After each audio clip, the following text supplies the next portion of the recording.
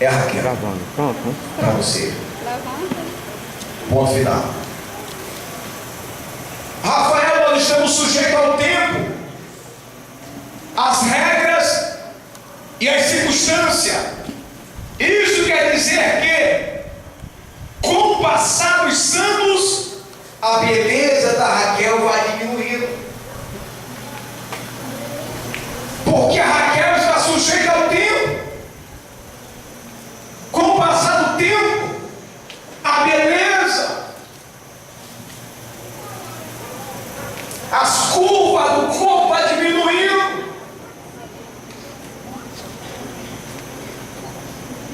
O caminhar do charmoso vai perdendo o charme.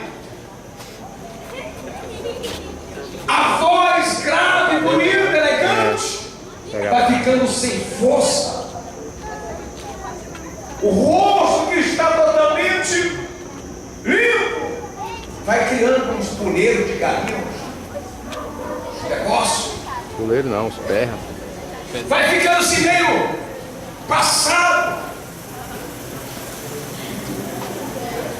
Mas olha, Rafael, mesmo com o passar do tempo, tu não vai te esquecer que ela foi a mulher que tu escolheu para viver. E que vocês vão consumir a mocidade de vocês juntos. A beleza, o charme, a elegância. Vão consumir juntos.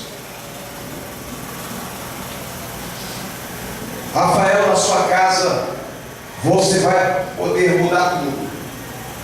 Mudar a mesa, as cadeiras, sofá, a cama quando quebrar, cada coisa.